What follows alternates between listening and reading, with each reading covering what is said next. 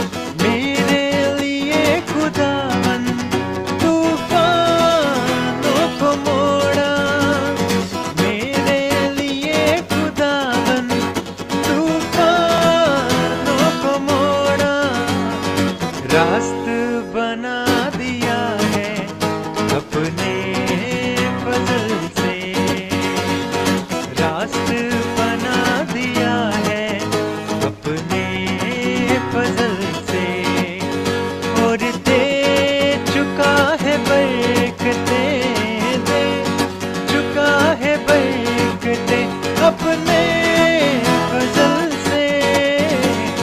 तूने किए हैं पूरे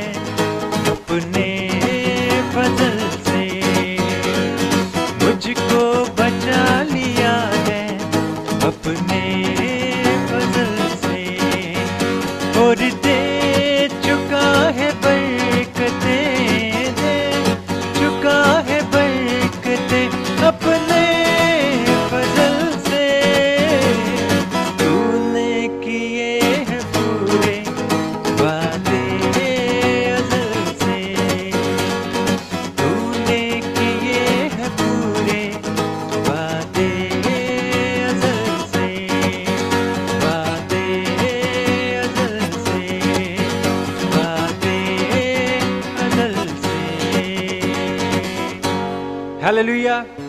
तूने किए हैं पूरे वादे अजल से और दे चुका है बरकतें अपने फजल से। Thank you Jesus, hallelujah. खुदावंद के लिए जोरदार तालीम जाएंगे, जो अपने फजल के बायस से हमें बचाता और हर तरह से हमें संभालता और हमारी फिक्र करता रहता है। Hallelujah, praise Jesus. इसी तरह और खुदावंद की सताइश करेंगे। तूने सलीब उठाई मेरी शिफा के लिए, कीमती जान लुटाई मेरी बका के लिए। दिल से शुक्र गुजार हैं हम तेरी वफा के लिए। नजरें लेकर आए हैं अपने खुदा के लिए। यीशु यीशु कहेंगे, यीशु यीशु। आमीन। आइए सताइश करेंगे।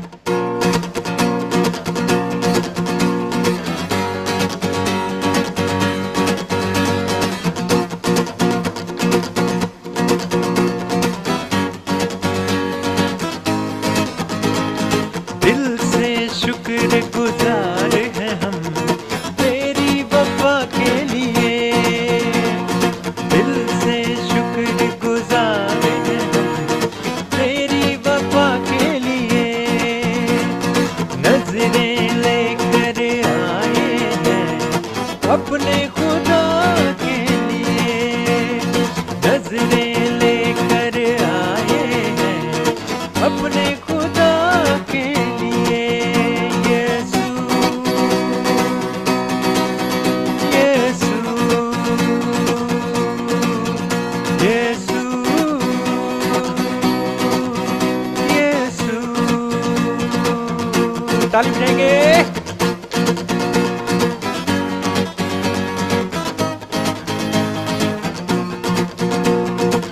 तूने सलीब उठाई मेरी शिफा के लिए। तूने सलीब उठाई मेरी शिफा के लिए। कीमती जान लुटाई मेरी बका के लिए। कीमती जान लुटाई मेरी शिफा के लिए। दिल से शुक्र गुजार हैं हम तेरी वफा के लिए। नजरें लेकर आए हैं अपने खुदा के लिए। यीशु यीशु यीशु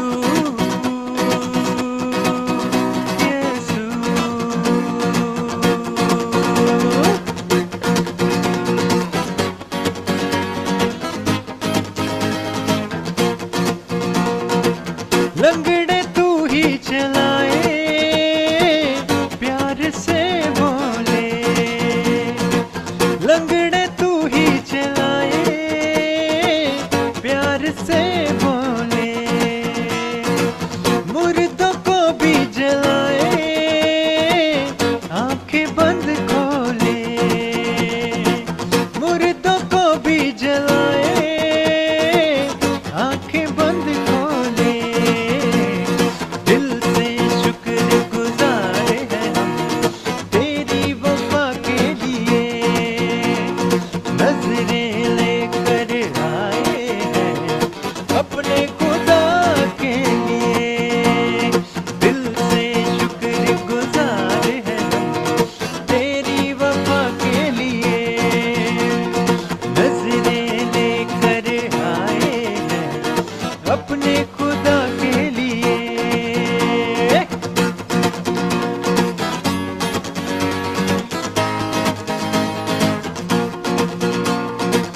ईमान से शिफा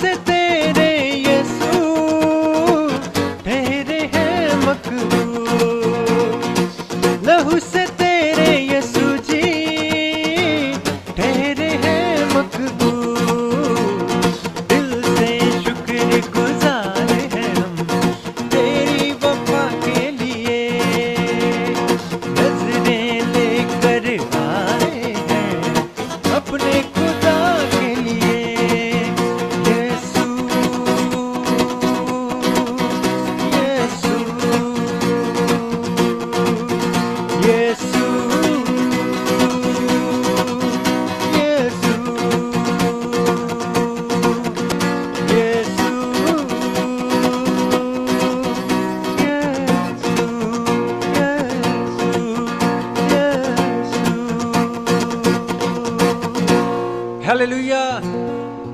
यीशु नाम में कुदरत पाई जाती है और यीशु नाम ही हमारी शिफा है, हमारी रास्तबाजी है। Hallelujah. Well, good evening, everybody, to the special class tonight. This is where God wants to speak to you directly. So I would encourage you in the quietness of your heart to pray and say, God, speak to me tonight. यीशु में आप सबकी सलामती हो। और आज की special class के पहले सेशन में हम आपको खुशामदीद कहते हैं। और मैं आपसे ये बात कहना चाहता हूँ कि आज खुदा आपके साथ हम कलाम होने को है। तो जब आप इस टीचिंग को सुने, आज की सारी क्लासेस को सुने, तो आप उससे पहले खुदा के हज़ूर दुआ करें, उसे कहें कि खुदावंद आज तेरा बंदा नहीं बल्कि तू खुद डायरेक्ट मुझसे कलाम करे। And we all know that when God speaks to us, the words stay with us. They linger in our minds, our hearts, and our spirits. और हम जानते हैं कि जब खुदा हमारे साथ कलाम करता है तो वो कलाम हमारी जिंदगी में कायम रहता है, हमें मजबूत करता है। And when God speaks, it is always a word of grace, never a word of judgment. और जब भी खुदा कलाम करेगा तो वो हमेशा जो कलाम है वो खुदा का पुर फजल कलाम होगा। वो अदालत पर मबनी नहीं होगा, बल्कि वो खुदा की लाजवाल बेमिसाल मोहब्बत पर मबनी होगा। So, in this short message tonight, I want to speak to you about the subject of forgiveness. आज की क्लास में क्योंकि मेरे पास आधा घंटा है तो मैं आपके साथ मुआफी के ताल्लुक से बात करूं। Many believers still struggle with forgiveness in their Christian life.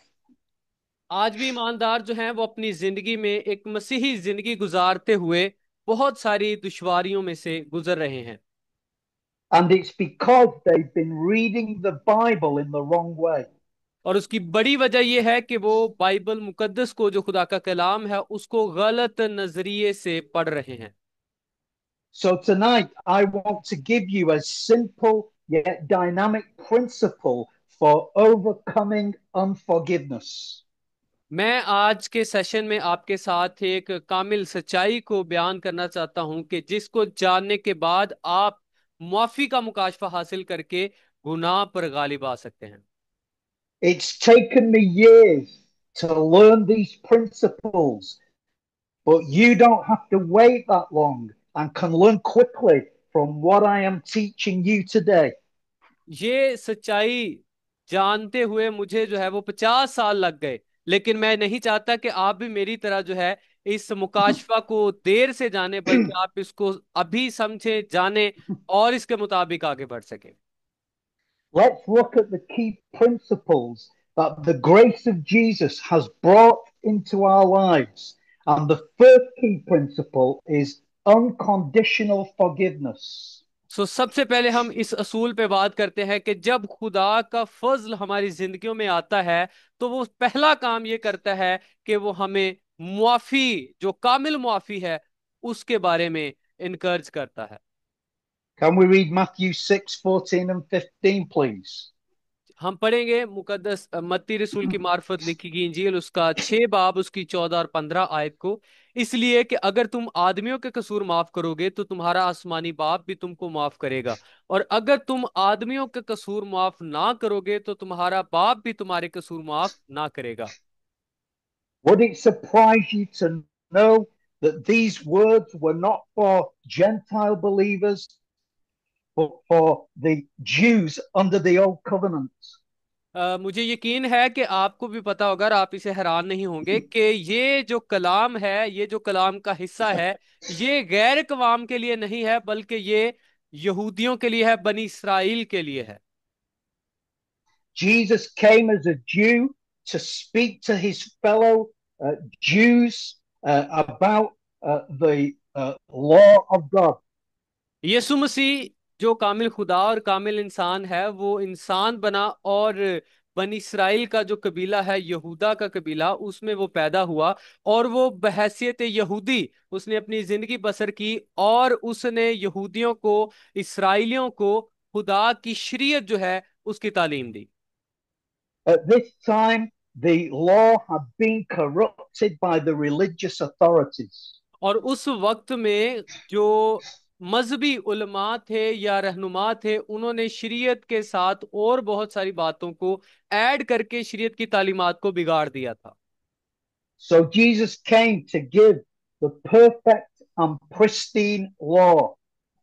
और खुदावंद यीशु मसीह इसलिए उनके दरमियान खुदा की शरीयत की बातों को, उसकी तालीम को शेयर करते थे, ताकि वो जो कामिल तौर पर सच्चाई है, शरीयत की तालीम है, हकीकत है, उसको जान सके। And it was a law that they realized they could not live up to and could not fulfill in their lives. और ये शरीयत ही है जो उनको बताती है कि आप शरीयत को पूरा नहीं कर सकते, चाहे आप जितनी भी कोशिश कर लें। And that is supposed to be what the law is. It shows you cannot live up to it and you need somebody to save you. और शरीयत का मकसद भी यही है कि इंसान जाने कि वो गुनाहगार है, खुदा पाक है, और वो खुदा की शरीयत को, खुदा के अहकामात को पूरा नहीं कर सकता। सो उसे किसी दूसरे की जरूरत है जो उसके लिए काम करे। And the law is always conditional. In other words, if you do this, I will bless you. If you don't do this, I will curse you.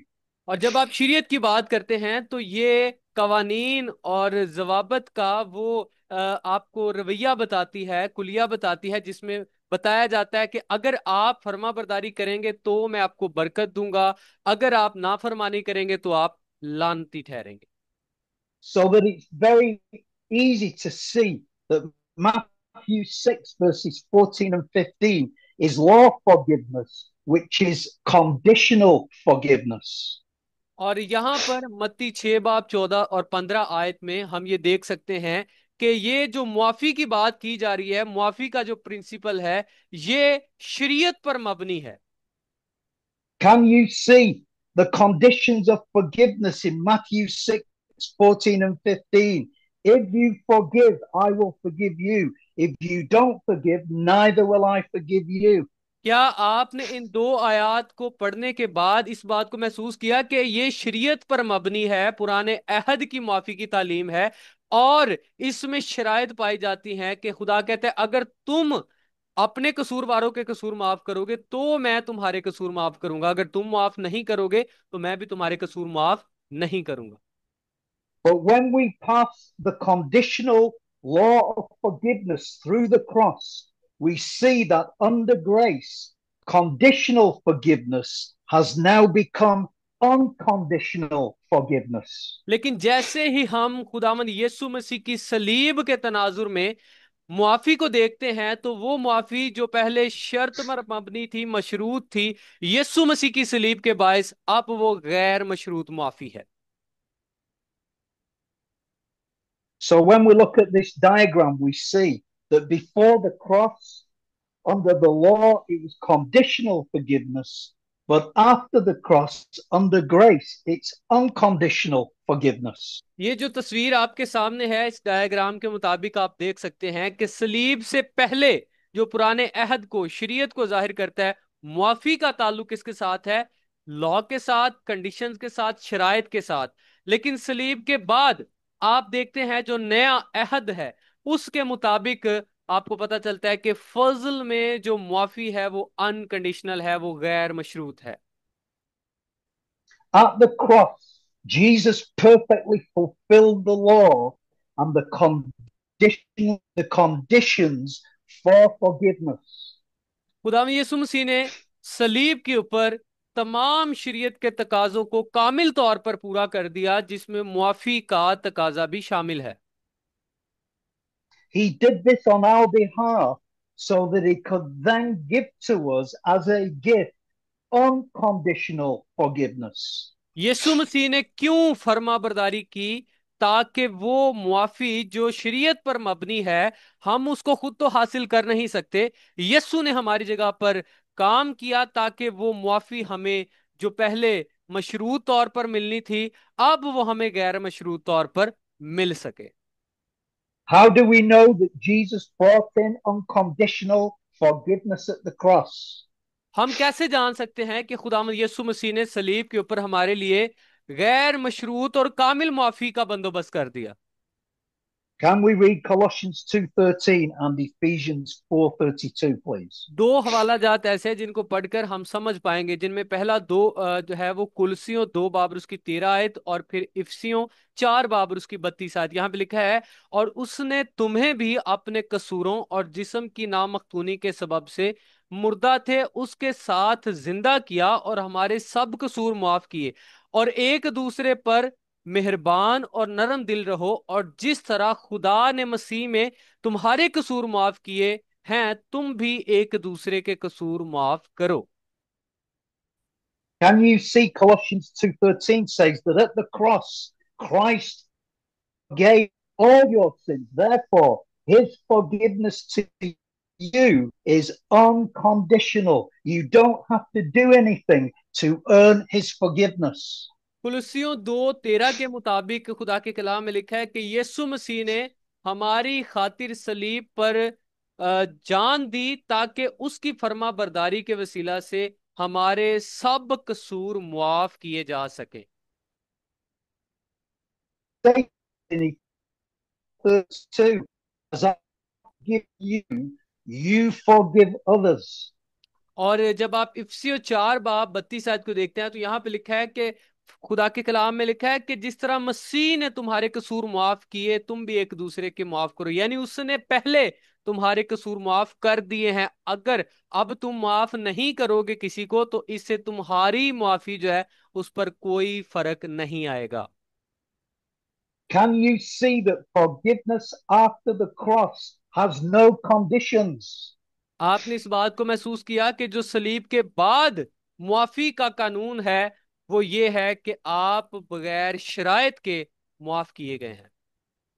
Paul doesn't say in Ephesians 4:32, forgive as God forgave you. Otherwise, he's coming after you with a baseball bat. पौलुस रसूल इफिसियों 4:32 में ये नहीं कहते कि जिस तरह खुदा ने तुम्हारे कसूर माफ किए हैं, तुम भी माफ करो। अगर तुम माफ नहीं करोगे तो मैं छड़ी लेकर आऊंगा और फिर तुम्हें जो है वो सीधा करूंगा। No, there are no conditions. He simply says, forgive as you have been forgiven. उसने कोई शर्त नहीं रखी, बल्कि उसने बताया कि जैसे मसीह ने तुम्हें माफ किया है, तुम भी एक दूसरे को माफ किया करो। It's important that you understand that all your sins have been forgiven. Because if you don't understand that all your sins have been forgiven, when you then seek to forgive another person, but fail in that and fall back into bitterness, resentment, and hatred, then condemnation and guilt comes, you won't know how to throw it off. यहां पर जो समझने की अहम बात है वो ये है कि जब तक आप मुआफी के इस कामिल मुकाशफा को नहीं समझ पाते कि आप गैर मशरूत तौर पर यस्सु के वसीला से मुआफ किए गए हैं और आपकी कामिल अबदी मुकम्मल मुआफी हो चुकी है, इसलिए अगर आपको ये बात समझ नहीं होगी, ये मुकाशफा पता नहीं होगा, तो क्या होगा कि अगर कोई शख्स जिसने आपका कसूर किया है और आप उसको मुआफ करना चाहेंगे, तो आप उसको माफ करना चाहेंगे, लेकिन आपके दिल में कड़वाहट रहेगी। लेकिन अगर आपको पता होगा कि मसीह ने भी मुझे अपने खून के सबब से कामिल अबदी मुआफी दी है, और वो आपको फिर कुव्वत बख्शेगा कि आप किसी को जब मुआफ करें, तो आपके दिल में जो है वो एहसास जुर्म, एहसास कमतरी जो है वो ना आ सके, बल्कि आप किसी को जब मुआफ करेंगे, तो आपके दिल में यह बात होगी कि मसीह ने मेरे सारे कसूर मुआफ किए हैं, इसलिए मैं भी इस भाई के, इस बहन को मुआफ करता हूं। This is why many Christians live defeated lives because they don't yet know the truth that all their sins have been forgiven. यही वजह है कि आज भी मसीही ईमानदार जो हैं वो एक ऐसी जिंदगी गुजार रहे हैं जिसमें वो इस मुकाशफा को नहीं जानते। सो उनके लिए लोगों को माफ करना नहायत मुश्किल है। Beauty, grace, conditional, because all forgiveness all the time we live for to Sorry, sir, I lost the connection. Please repeat the sentence. I'll, I'll repeat it. This is the beauty of grace, unconditional forgiveness. Because when we know all our sins are forgiven, it gives us all the time we need to work through our forgiveness towards other people. खुदा के फजल की खूबी यही है कि जब हम इस बात को जान लेते हैं कि हम मुकम्मल तौर पर मुआफ हैं, हमारी मुआफी जो है हमारी किसी वजह से नहीं है बल्कि यीशु के काम की वजह से है, तो ये एक ऐसा खूबसूरत मुकाशफा है जो आपको इनकर्ज करता है, मजबूत करता है और दिलेरी देता है कि आप भी दूसरों को उसी तरह से मुआफ कर सके जैसे मसीह ने आपके कसूर मुआफ किए हैं। So now we know we have been forgiven of all our sins. God now tells us, give others, and He has forgiven us. जैसे हम इस बात को जान लेते हैं कि खुदा ने हमारे कसूर माफ किए हैं, तो खुदा हमें कुव्वत देता है कि हम दूसरों को भी माफ कर सके।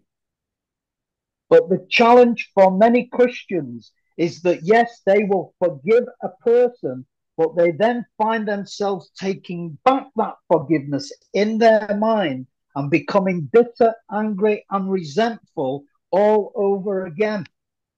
आज भी बहुत सारे लोग जो इस कामिल माफी के मुकाशवा को नहीं जानते, वो जब लोगों को माफ करते हैं तो वक्ती तौर पर तो उनको माफ कर देते हैं, लेकिन फिर जब कोई गलत बात होती है तो वो क्या करते हैं, दोबारा से उस शख्स के उस कसूर को याद करते हैं और अपने जहन में फिर उसको मुजरम ठहराते हैं, और फिर जो है वो वापस उस माफी को ले लेते हैं और बार बार फिर जो है उस शख्स के बारे में कड़वाहट जो है वो अपने दिल में रखते हैं।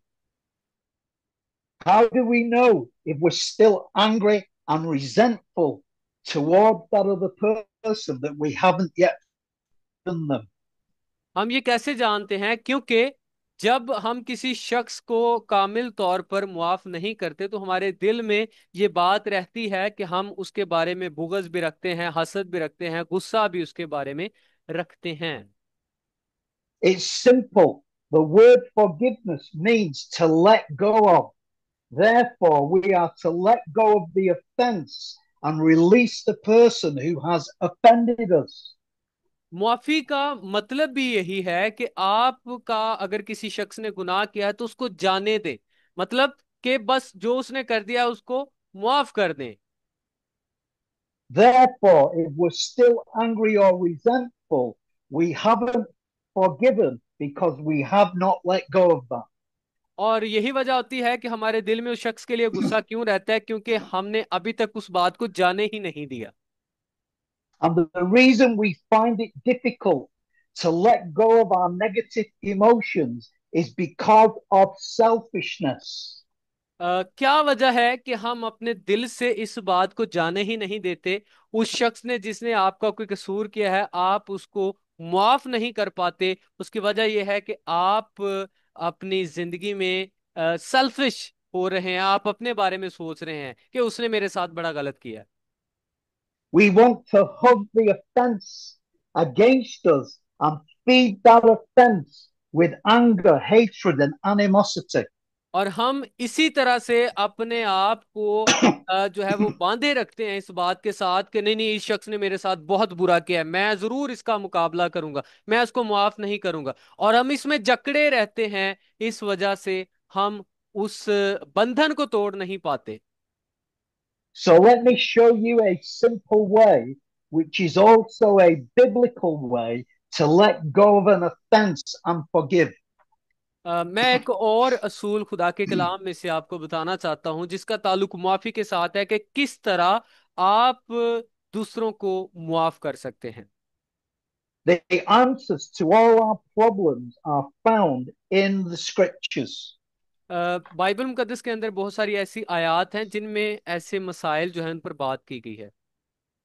Can we read Romans 2:14, 1 Corinthians 4:12, and 1 Peter 3:8 and 9, please? हम पढ़ेंगे रोमियो 12 बाब उसकी 14 आयत, पहला करंथियो 4 बाब उसकी 12 आयत, पहला पतरस 3 बाब 8 और 9 आयत। लिखा है, जो तुम्हें सताते हैं उनके वास्ते बरकत चाहो, लानत ना करो, और अपने हाथों से काम करके मुशक्कत उठाते हैं। लोग बुरा कहते हैं, हम दुआ देते हैं। वो सताते हैं, हम सहते हैं। गर्ज सबसे सब के सब यकदिल और हमदर्द हो, बरादराना मोहब्बत रखो, नरम दिल और फरोतन बनो। बदी के एवज बदी ना करो, गाली के बदले गाली ना दो, बल्कि इसके बरक्स बरकत चाहो, क्योंकि तुम बरकत के वारिस होने के लिए बुलाए गए हो। Can you see that the antidote to unforgiveness is to bless the person who has offended you? क्या आप इस बात को समझे हैं कि अगर आप किसी को मुआफ करना चाहते हैं, आप मुआफ नहीं कर पा रहे, तो उसकी जो दूसरी मेडिसिन है वो ये है कि आप उस शख्स के लिए बरकत चाहना शुरू कर दे, क्योंकि खुदा के कलाम का ये उसूल है, जो तुम्हें सताते हैं उनके लिए बरकत चाहो। And the reason that blessing others empowers to forgive them, that instead of trying to work up a forgiveness, we exchange our negative thoughts that bring anger, bitterness, and hatred for the positive thoughts of love, joy, and peace. जब हम इस बात को समझ जाते हैं कि खुदा ने हमें मुआफ किया है, तो हम भी फिर दूसरों को मुआफ करते हैं। और उसको इस तरह से हम देख सकते हैं कि जैसे अगर आपका किसी ने गुनाह किया है तो आप उसके लिए बरकत चाहेंगे, तो होगा क्या कि जो मनफी ख्यालात आपके जहन में पनप रहे हैं कि नहीं नहीं मुझे इसको माफ नहीं करना चाहिए, इस पर मुझे गुस्सा करना चाहिए, इसका मुकाबला करना चाहिए, तो रूहुल कुद्स की कुदरत के वसीला से जो मोहब्बत, जो खुशी, जो इत्मीनान आपके दिलों में डाला गया है, वो इत्मीनान आपको मिलता है। आप उस पाकरू की हदायत को सुनते हैं, समझते हैं, और फिर इन मस्बत बातों को आप अपने जहन की तरफ, अपने दिल की तरफ लेकर जाते हैं और मनफी बातों को निकाल देते हैं। इस तरह से आप दूसरों को बरकत देते हैं और आपके अंदर से खुशी, इत्मीनान और शुक्रगुजारी जो है वो झलकती हुई दिखाई देती है। Let me give you an example of what I mean. मैं एक मिसाल के जरिए आपको समझाना चाहता हूं। Let's say that I have a friend called John and I confide in him a problem in my life. मिसाल के तौर पर मेरा एक दोस्त है जिसका नाम यूहन्ना है, और मेरे उसके साथ कुछ मसाइल चल रहे हैं। And he goes round and tells everybody my problem. और वो सबके पास जाता है और जाकर मेरे बारे में बताता है कि इसके साथ ये मसला है। That is nothing but betrayal. ये इससे बढ़कर नहीं है कि ये सिर्फ जो है क्या है, ये मेरे साथ रियाकारी की जा रही है, मुझे धोखा दिया जा रहा है। And that kind of betrayal is hard to forgive. और इस तरह का जो धोखा है वो बड़ा मुश्किल होता है कि उसको माफ किया जाए। But it's not hard to forgive when we understand the principle of blessing. लेकिन जब आप इस मुकाशवा को जान लेते हैं कि आप मुआफ किए गए हैं और अब आपको भी मुआफ करना है और बरकत चाहनी है, तब आपके लिए ये आसान हो जाता है कि हर तरह का वो गुस्सा जो किसी भी वजह से आपके दिल में है, आप उसको मुआफ कर सके। So this is how I will forgive John and let go of that offense. और यही कुलिया है कि मैं जॉन को मुआफ करूंगा और इस तरह से मैं अपने मनफी ख्यालात से आजाद हो जाऊंगा। First of all, I make the decision to forgive him and I say out loud, Father, I forgive John for his betrayal of my confidence and I let go of the offense. सबसे पहले मैं क्या करूंगा कि मैं ये mind बनाऊंगा अपने जहन में, और मैं दुआ करूंगा कि खुदावंद देख, जॉन ने मेरे साथ जो किया, धोखा किया है, मैं उसके धोखे को मुआफ करता हूं और इस तरह से मैं उसके लिए माफी चाहता हूं। And then I bless him. And how do I bless him? I take any positive word such as love, joy, peace, strength, prosperity, or healing. और फिर दूसरा काम मैं क्या करूंगा कि पहले तो मैंने उसके माफ कर दिया, दूसरा काम यह है कि मैं खुदा के जरूर कहूंगा कि मैं जॉन को बरकत देता हूं। वो माली बरकत हो सकती है, रूहानी बरकत हो सकती है, मोहब्बत, खुशी, इत्मीनान, तसल्ली और तरक्की की बरकत हो सकती है। तो इस तरह से मैं दो काम करूंगा, पहले मैं उसको माफ करूंगा और फिर दूसरा उसके लिए बरकत चाहूंगा। I then use that positive word to bless John. और मैं इस तरह से जो मस्बत अल्फाज हैं उनके साथ जॉन को ब्लेस करूंगा। Did you catch that? I have to bless John. क्या आप इस बात को समझ पाए कि मैंने कैसे जो है वो जॉन को बरकत दी? I say that because the traditional way in the church is that we ask God to bless John, but that is not the biblical way. और आप देख सकते हैं कि लोगों के लिए ये मुश्किल क्यों है, क्योंकि लोग अगर किसी को माफ करना चाहते हैं, किसी के लिए बरकत चाहना चाहते हैं, तो वो कहते हैं कि खुदावन तू इसे बरकत दे, जो कि बिब्लिकल तरीका नहीं है, बल्कि खुदा का कलाम ये फरमाता है कि हमें उनको बरकत देनी है। God has delegated to you and I the authority and responsibility to bless others. खुदा ने मुझे और आपको मुकर्रर किया है कि लोगों को बरकत देना मेरा और आपका काम है। So every time I find myself thinking negative thoughts about John, I replace those thoughts with words of blessing. और हर मर्तबा जब भी मेरे जहन में मनफी ख्यालात आएंगे जॉन के बारे में कि नहीं नहीं इन्हें मेरे ना बड़ा माड़ा किया मैनू नहीं मुआफ करना, तो उसी वक्त मैं मस्बत अल्फाज और सोच के साथ जो है वो अपनी मनफी सोच को बदलूंगा और जॉन के लिए बरकत चाहूंगा। And in the beginning, I may have to bless him through gritted teeth because I am full of hatred towards him. But the more I bless him, the easier it becomes to bless him. शुरू शुरू में ये मेरे लिए बड़ा मुश्किल हो सकता है, क्योंकि मेरे दिल में उसके लिए नफरत होगी, तो मेरे लिए उसको माफ करके उसके लिए बरकत चाहना बड़ा मुश्किल काम होगा। लेकिन जिस तरह से मैं इस प्रैक्टिस को करता जाऊंगा मेरे लिए आसान होता जाएगा।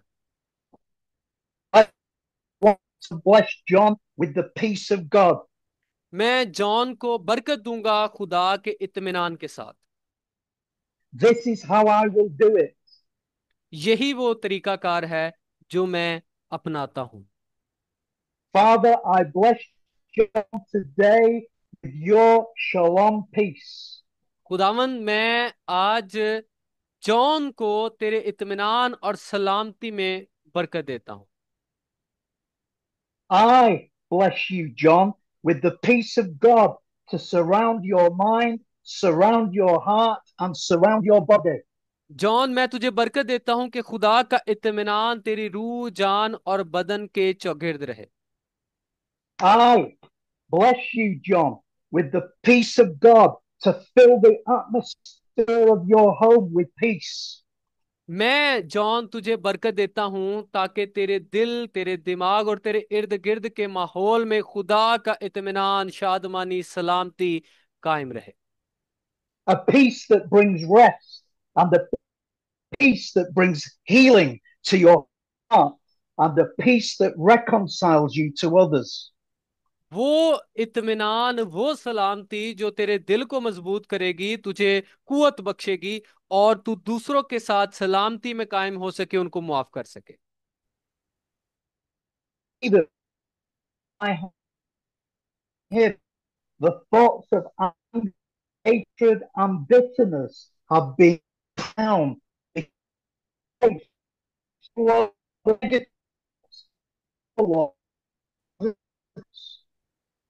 Sorry sir, I didn't catch those words. Okay. Please repeat it. By the time I have finished blessing John, the thoughts of anger, hatred, and bitterness cast.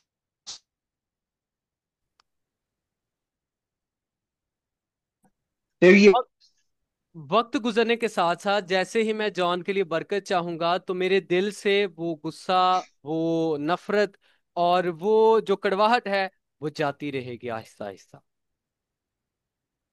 You see, we cannot forgive up in sins. No, we forgive by exchanging negative thoughts for positive thoughts. हमें दूसरों को मुआफ करने के लिए मनफी ख्यालात को तब्दील करना होता है मस्बत ख्यालात के साथ। Sir you have got just 2 minutes speaking left.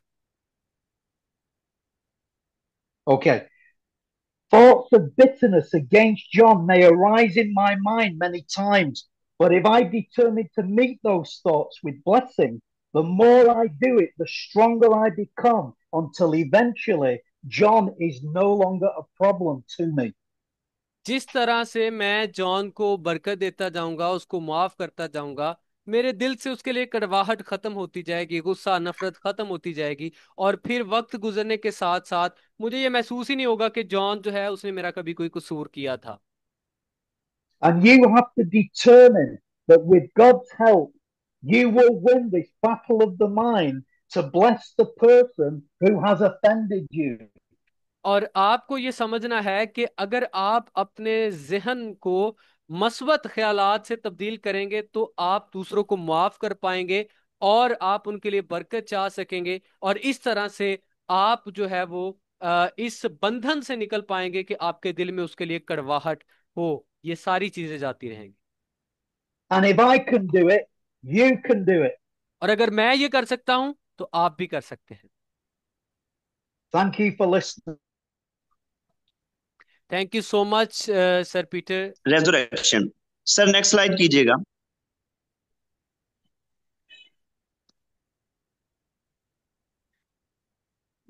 जी, वो जो पीछे मैंने पढ़ा उसको उर्दू में मैंने यहां पे लिखा है, क्या इब्तदाई मसीहियों ने बाइबल को चेंज किया है, तब्दील किया है?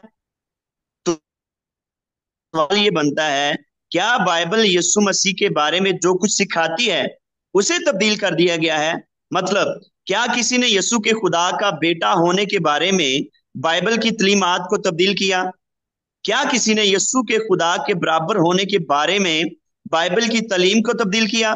क्या किसी ने यीशु के मसाइब यानी कि मुसीबतों, अजीतों और सलीब पर मरने के बारे में बाइबल की तालीम को तब्दील किया? क्या किसी ने यीशु के जी उठने के तीसरे दिन मुर्दों में से जी उठने के बारे में बाइबल की तालीम को तब्दील किया? तो हमने जब भी देखना है, क्या ये सारी चीजों को देखना है।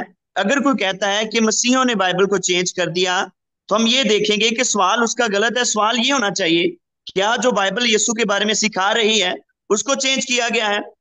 आए इसका आंसर ढूंढते हैं। जी सर, नेक्स्ट स्लाइड कीजिएगा।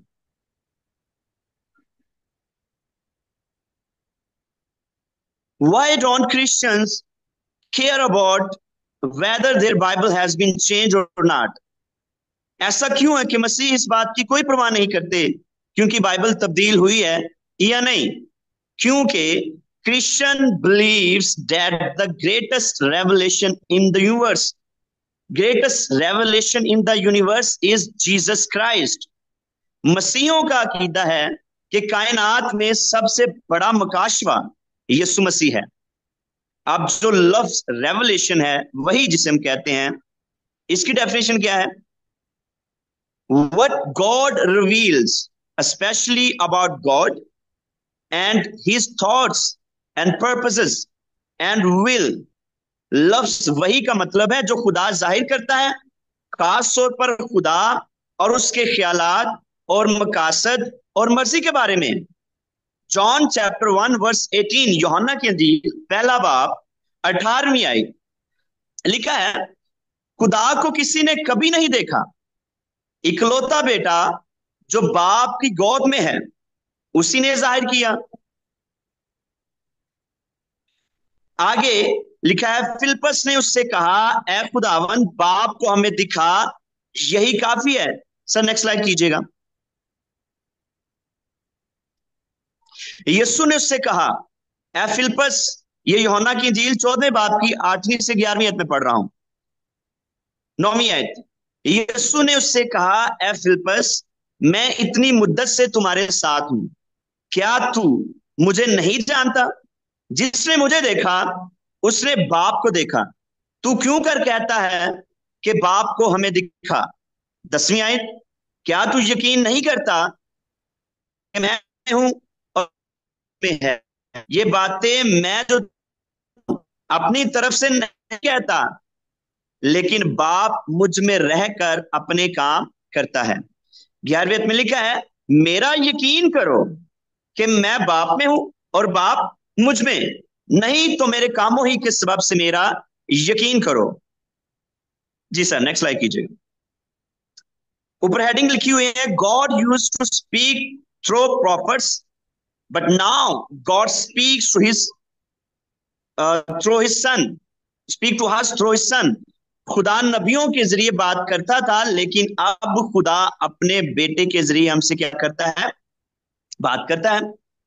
अगले जमाना में हिब्रू चैप्टर 1 वर्स 1 to 2, अगले जमाना में खुदा ने बाप दादा से हिस्सा बाहिस्सा और तरह बतरा नबियों की मार्फत कलाम करके इस जमाना के आखिर में हमसे बेटे की मार्फत कलाम किया, जिसे उसने सब चीजों का वारिस ठहराया और जिसके वसीला से उसने आलम भी पैदा किए।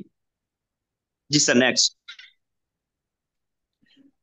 मसीहों का मानना है कि बाइबल लोगों को नहीं बचाती, बल्कि सिर्फ यीशु मसीह ही लोगों को बचा सकता है।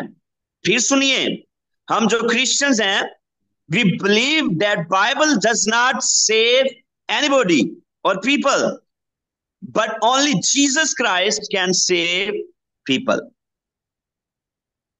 हमारा मानना है कि बाइबल लोगों को नहीं बचाती, बल्कि सिर्फ मसीह यीशु ही लोगों को बचा सकता है। इसलिए मसीही इस बात की फिक्र नहीं करते हैं या इस बात की परवाह नहीं करते हैं कि बाइबल चेंज होगी या नहीं हुई है। ठीक है, अभी हमने ये नहीं प्रूव किया कि बाइबल चेंज हुई है या नहीं, लेकिन अभी हम ये सीख रहे हैं कि हमें इस बात की कोई परवाह नहीं है, क्योंकि हमारा ही मानना है कि बाइबल लोगों को नहीं बचा सकती, बल्कि यीशु मसीह लोगों को बचाता है। यूहन्ना की बात की 20वीं आयत में लिखा है, तुम किताब मुकद्दस में ढूंढते हो क्योंकि समझते हो कि उसमें हमेशा की जिंदगी तुम्हें मिलती है, और ये वो है। यीशु मसीह अपनी बात कर रहा है और ये बाइबल की बात कर रहा है कि ये वो है जो मेरी गवाही देती है। बाइबल मुकद्दस यीशु मसीह कह रहे हैं कि मेरी गवाही देती है, फिर भी तुम जिंदगी पाने के लिए मेरे पास आना नहीं चाहते। अब कोई शख्स अगर यीशु को एक्सेप्ट नहीं करता या यीशु के पास नहीं आता, वो बाइबल मुकद्दस को पढ़ता रहे, क्या वो बच जाएगा जब तक वो अपना फेथ, अपना ईमान यीशु मसीह के ऊपर नहीं रखता? नहीं, क्योंकि बाइबल यीशु के बारे में तो बताती है कि हम अपने दिल से, सच्चे दिल से तौबा करें और यीशु मसीह को अपना शख्सी नजात दहिंदा कबूल करें तो हम जिंदगी पाएंगे। अगर यूहन्ना की इंजील 14वें बाब की 6ठी आयत को पढ़ते हैं तो लिखा है, यीशु ने उससे कहा कि राह और हक और जिंदगी मैं हूं, कोई मेरे वसीला के बगैर बाप के पास नहीं आता। फिर लिखा है अमाल की किताब 4थे बाब की 12वीं आयत में, और किसी दूसरे के वसीला से नजात नहीं बख्शेगी। इसको अगर आप उर्दू में शायद मुझे लग रहा है कि वर्ड की मिस्टेक है, जिसके वसीले से हम नजात पा सकेंगे। सर अगर आप निकाल सके तो काइंडली जरा पढ़ दीजिएगा ताकि क्लैरिटी हो जाए। जी सर, मैं पढ़ दूँ। स्टूडेंट्स, आप अपनी अपनी बाइबल में से जरूर देखिएगा इसको। बाइबल में भी देख सकते हैं, और इस बात को ध्यान में रखिएगा कि जब स्लाइड शो हो रही है मिस्टेक हो सकती है, आप अपनी बाइबल से वो वर्सेस को देख भी सकते हैं। और किसी दूसरे के वसीला से निजात नहीं, क्योंकि आसमान के तले आदमियों को कोई दूसरा नाम नहीं बख्शा गया जिसके वसीला से हम निजात पा सकें। Thank you so much. देखा, ये एक पार्ट मिस है, तो आप उसको स्टूडेंट जेन में रखिएगा। ठीक है, और किसी दूसरे के वसीला, जो मैं बात करना चाह रहा हूं पॉइंट ये है कि बाइबल हमें ये बताती है कि किसी और के वसीला से नजात नहीं पा सकते। बाइबल हमें ये सिखाती है कि सिर्फ और सिर्फ नजात जो है वो यीशु के वसीला से ही पा सकते हैं, किसी और वसीला से नहीं पा सकते हैं। इस बात को ध्यान में रखिएगा। अब आपके क्वेश्चन की तरफ आते हैं, जो स्टार्टिंग में क्वेश्चन किया तो उसका एक आंसर ये है, यीशु मसीह ने सिखाया कि अहदनामा जो कदीम है वो सच्चा है और उसे तोड़ा नहीं जा सकता। ठीक है, Jesus Christ taught that the Old testament is true and cannot be broken. ठीक है, मैथ्यू चैप्टर 5 वर्स 17 to 18, मुकद्दस मत्ती रसूल की अंजील 5 बाब उसकी 17वीं और 18वीं आयत लिखा है, ये ना समझो कि मैं तौरात या नबियों की किताबों को मनसूख करने आया हूं। मनसूख करने नहीं बल्कि पूरा करने आया हूं, क्योंकि मैं तुमसे सच कहता हूं कि जब तक आसमान और जमीन टल ना जाएं, एक नुक्ता या एक शोशा तुरैत से हरगिज ना टलेगा, जब तक सब कुछ पूरा ना हो जाए। Luke chapter 16 verse 17। लेकिन आसमान और जमीन का टल जाना शरीयत के एक लफ्ज के मिट जाने से आसान है। क्या लिखा है? लेकिन आसमान और जमीन का टल जाना एक के मिट जाने से। अब यूना की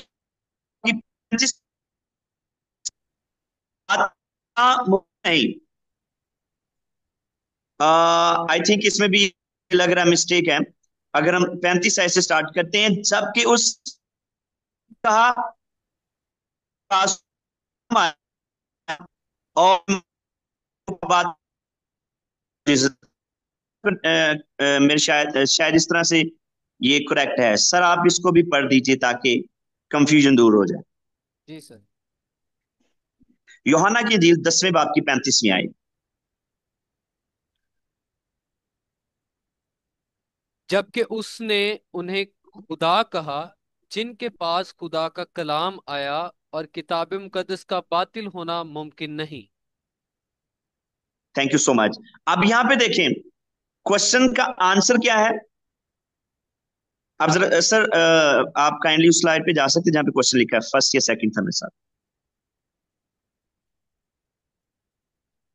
जी, दुरुस्त क्वेश्चन, वो जो क्वेश्चन है उसको नहीं देखना, वो क्वेश्चन बनता ही नहीं। क्वेश्चन हमारा क्या बनता है, अगर कोई करना चाहे तो उसको कहीं क्वेश्चन आपको यही करना चाहिए, क्या क्या बाइबल यीशु मसीह सिखाती है? तब आप जरा उस स्लाइड पे जाइए, इस सवाल का आंसर। जब बाइबल एक एक मिनट, बाइबल क्या सिखाती है? सर पीछे जाइएगा सर। बाइबल क्या सिखाती है यीशु के बारे में? सर क्वेश्चन वाली स्लाइड के ऊपर जाइएगा जी। बाइबल यीशु के बारे में क्या सिखाती है?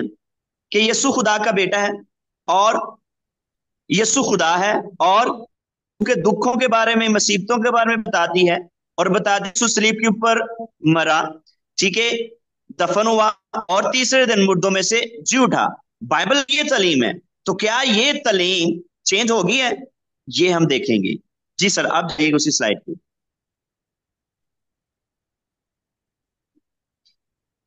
पीछे। जी सर यहां तक। इसका आंसर क्या है? कि यीशु मसीह ने सिखाया कि ऐतनामा कदीम सच्चा है और उसे तोड़ा नहीं जा। अपने मुंह से अल्फाज बयान किए हैं कि लेकिन यीशु मसीह के बारे में जो बाइबल मुकद्दस में लिखा गया है, एक नुक्ता भी नहीं टल सकता। ठीक है, तो हमारा ये ईमान है कि नो नो नो, मुकद्दस जो यीशु मसीह के बारे में बताती है, अर्ली चर्च, इब्तदाई कलीसिया को जो उनके पास बाइबल थी वही हमारे पास है। आगे हम देखेंगे कैसे। जी नेक्स्ट स्लाइड कीजिएगा सर। ये सिखाया कि मसीहा के बारे में अहदनामा कदीम की पेशन गोइयां पूरी होनी थी। ठीक है, यह होती थी। Jesus taught that the Old Testament prophecies about the Messiah had. Yeshu ने कहा कि मेरे बारे में जो प्रोफेसीज की गई हैं, जो पेशन गोइयां की गई हैं, वो पूरी होती रही हैं, हो रही हैं और होंगी।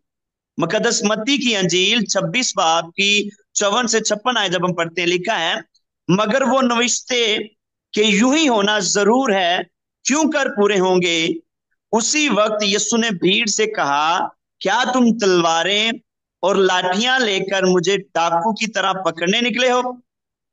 मैं हर रोज हैकल में बैठकर तालीम देता था और तुमने मुझे नहीं पकड़ा, मगर ये सब कुछ इसलिए हुआ कि नबियों के नविश्ते पूरे हों। इस पर सब शागिर्द उसे छोड़कर भागे। नबियों के नविश्ते पूरे हों। यीशु मसीह के बारे में जो भी पेशनगोइयां की गई हैं, यीशु मसीह ने कहा कि वो पूरी होनी है। ठीक है, उस वक्त जब यीशु से कलाम कर रहा था, यीशु मसीह ने कहा कि वो पूरी होती है। सर नेक्स्ट स्लाइड कीजिए। ने को खुदा और सच्चाई का कलाम भी कहा। Jesus call Jesus also called the Old testament the word of God and truth. ठीक है, मरकस की अंजील 7 बाब की 11वीं से 13वीं आई लिखा है, लेकिन तुम कहते हो अगर कोई बाप या मां से कहे कि जिस चीज का तुझे मुझसे फायदा पहुंच सकता था वो कुर्बान यानी खुदा की नजर हो चुकी, तो तुम उसे फिर बाप या मां की कुछ मदद करने नहीं देते। यूं तुम खुदा के कलाम को अपनी रवायत से जो तुमने जारी की है बातल कर देते हो और ऐसे बतेरे काम करते हो। 17वीं आयत 17वें यूहन्ना की जी 17वें बाब की 17वीं आयत में लिखा है, उन्हें सच्चाई के वसीला से मुकद्दस कर, तेरा कलाम सच्चाई है। हालेलुया। यीशु मसीह क्या कह रहा है? पुराने अहदनामे को खुदा का कलाम और किसका कलाम? सच्चाई का कलाम। तो जो सच्चाई है वो कभी भी यीशु मसीह के मुताबिक झुटलाई नहीं जा सकती। ठीक है सर, नेक्स्ट स्लाइड कीजिए। अब ये देखें, उस क्वेश्चन का एक आंसर भी है। The Old Testament we have today is the same as the Old Testament Jesus had. ठीक है, अब पुराने अहदनामा में जो कुछ भी यीशु मसीह के बारे में लिखा है, ठीक है, यीशु मसीह ने पुराने अहदनामे को कहा खुदा का कलाम, और क्या कहा? सच्चाई का कलाम।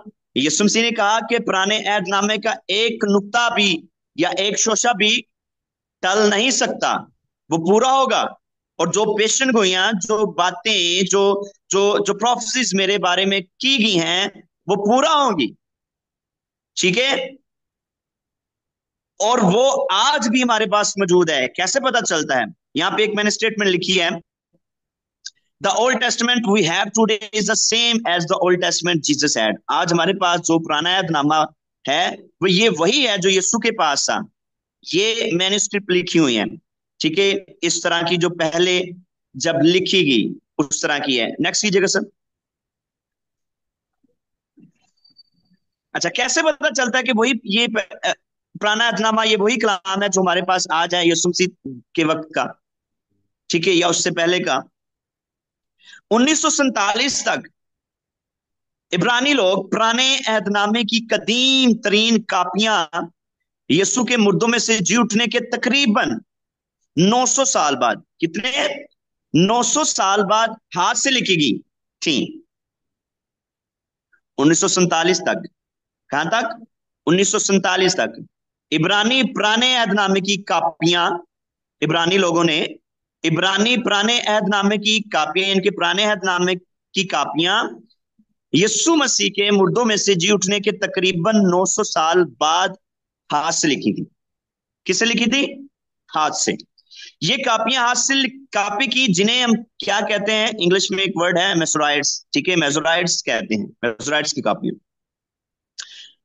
लेकिन ये कापीज, ठीक है, ये नकूल यीशु के दिनों के बाद, बहुत बाद बनाए गए थे। ये जो कापीज हैं यीशु के दिनों के बहुत बाद बनाए गए थे। अब 900 साल एक अरसा है, ये कोई थोड़ा टाइम नहीं है, बहुत ज्यादा अरसा है, ठीक है। और कब लिखी गई? यीशु मसीह के 900 साल बाद।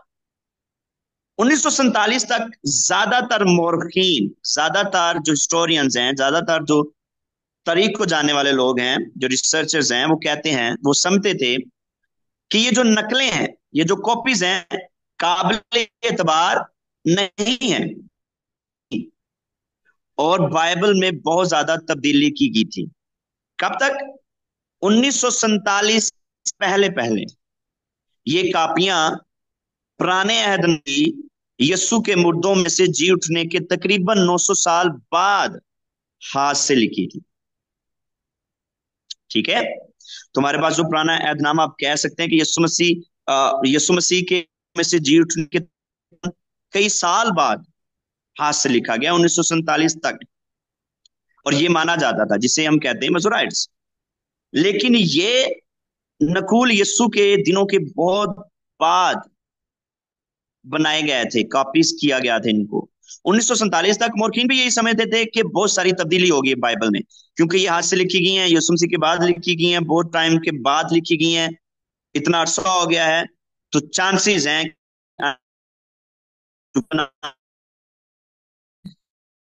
जो दस्ती की तलीम। ठीक है,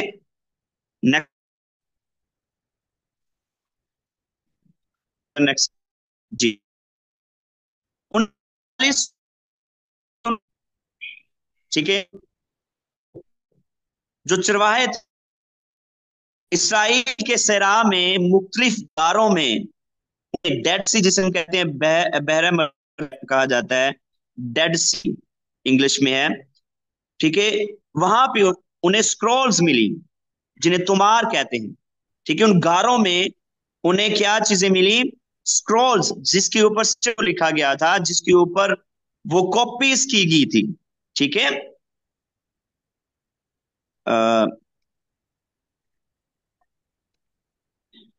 1946 और 1947 में चरवाहों को, जो इसराइल के सरा में अपने अपने काम में या मसरूफ थे, अपनी भेड़ बकरियों को चराने में मसरूफ थे, या किसी भी काम में थे, सरा में उन्हें मुख्तलिफ गारों में स्क्रॉल्स मिली।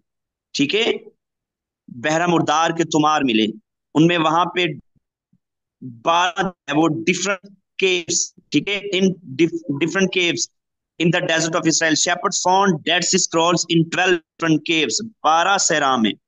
ठीक है, उन्हें स्क्रॉल्स मिली जिनके ऊपर कलाम, नेक्स्ट कीजिएगा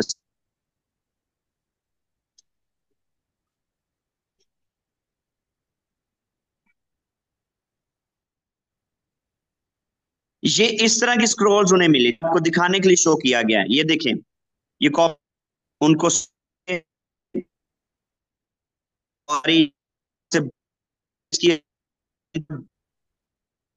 उन, नेक्स्ट स्लाइड कीजिएगा।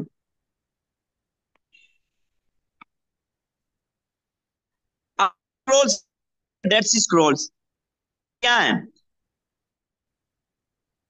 ये है चार से कापियां जी सर।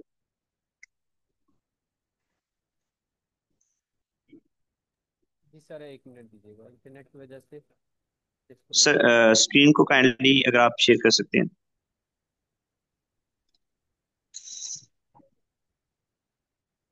एक और स्लाइड है, उसके बाद क्लोजिंग की तरफ। ठीक है, ये है क्या, इनके ऊपर 40% जो है वो इब्रानी सीफों की कापियां हैं। ये नकुल मसीह की पैदाइश से कितने साल पहले, 250 साल पहले से लेकर मसीह की पैदाइश के तकरीबन 70 साल के दरमियान किसी वक्त हाथ से लिखे गए थे, नकल किए गए थे इनको। जब हम बहरा मुर्दार के तुम्हारों और मसवरियों के हाथ से, मसूरियों के हाथ से नकल, तो हम देखते हैं कि वो सब मसीहा के बारे में एक जैसी बातें कहते हैं। ठीक है, जो जो जो वो सेम बातें करती हैं, वो कहती हैं जो 250 साल पहले लिखी गई थी। ठीक है, जो 9 साल की, और जो यीशु मसीह की पैदाइश से 250 साल पहले बातें कहती थी। क्या कहती हैं? वो कहती है खुदा खुदा इंसान दोनों, फिर वो यीशु की यीशु, तो ये तमाम पेशन गोइयां जो आज हमारी बाइबल में मौजूद हैं, उन बाइबलों में थी जिन्हें यीशु, तमाम, तो जो आज में लिखा गया ये कई हजारों साल भी सेम था। इस कहते हैं कि वही टीचिंग्स है जो यीशु मसीह दे, आज भी वही बाइबल मुकद्दस में।